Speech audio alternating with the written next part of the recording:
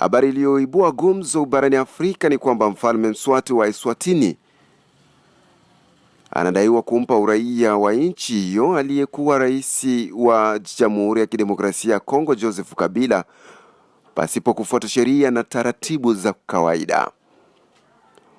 Kwa mujibu wa uchunguzi uliofanywa na gazeti la Swaziland News, Kabila alipatiwa uraia kupitia agizo la kifalme na akakabidhiwa pasipoti ya kidiplomasia, hatua ambayo imeibua maswali mazito kuhusu utawala na usalama wa kikanda.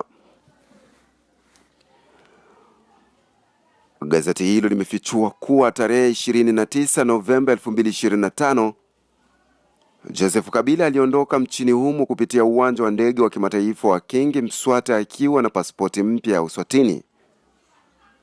Hii ikiwa ni miezi michache tu baada ya kuhukumiwa na mahakama ya kijeshi ya DRC adhabu ya kifo kwa makosa ya uhaini na uhalifu wa kivita. Kwa sasa serikali ya Uswatini haijatoa kauli rasmi kuhusu tuhuma hizi, huku wachambuzi wakisema tukio hili linaweza kusababisha mvutano wa kidiplomasia kati ya Uswatini na DRC.